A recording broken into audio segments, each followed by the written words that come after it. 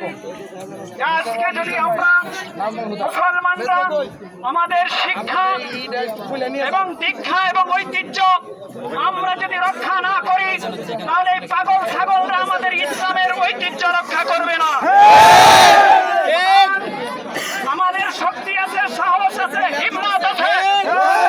আমরা যদি এখন অর্ডার দেই, মাত্র 2 মিনিট সময় লাগবে পুরো এলাকা তছনছ করতে।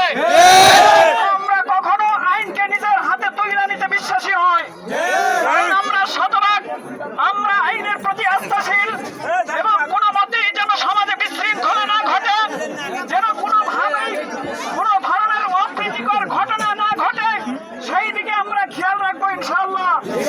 যদি কেউ আপনাদের অগোচরে বা মাঝখান থেকে কেউ অপ্রীতিকর ঘটনা ঘটাইতে চায়, তাহলে সাথে সাথে তাকে ধরে ফেলবেন। এখানে আমরা ততক্ষণ অবস্থান করব যতক্ষণ না এই প্যান্ডেল এবং দোকান সমূলে উৎখাত না হয়। সুতরাং আমাদের হাতে আমরা এগুলা কিচ্ছুই ধরবো না, ছুঁইবও না। যার যার দোকান সে নিয়ে যাবে, আর যার যার কাপড় প্যান্ডেল তক্তা সে খুলিয়ে নিয়ে যাবে। আইনের লোকেরা এখানে আছে, প্রশাসনের লোকেরা এখানে আছে।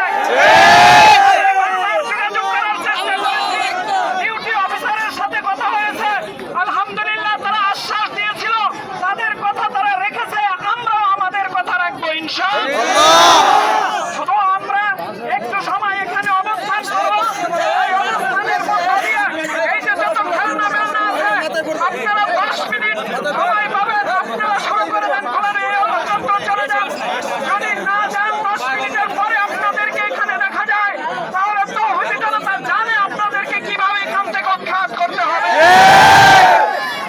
যাই হোক, আল্লাহ তাআলা আমাদেরকে এই বিশাল এক বিক্ষোভ মিছিলের মাধ্যমে যেভাবে আমাদেরকে বিজয় দান করেছেন, আশা করি সামনেও ডাকলে আপনারা আমাদের ডাকে সাড়া দিয়ে সমস্ত অন্যায় অশ্লীল প্রকল্পনা মদ গাঁজা রাস্তা নাকে 1 নম্বর থেকে আমরা এইভাবে নির্মূল করে দিতে চাই।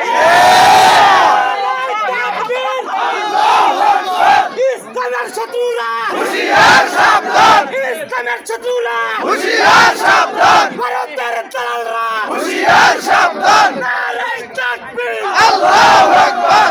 নাসরু মিনাল্লাহি ওয়া ফাতহুন করিব ওয়া বাশশিরিল মুমিনিন। আলহামদুলিল্লাহ।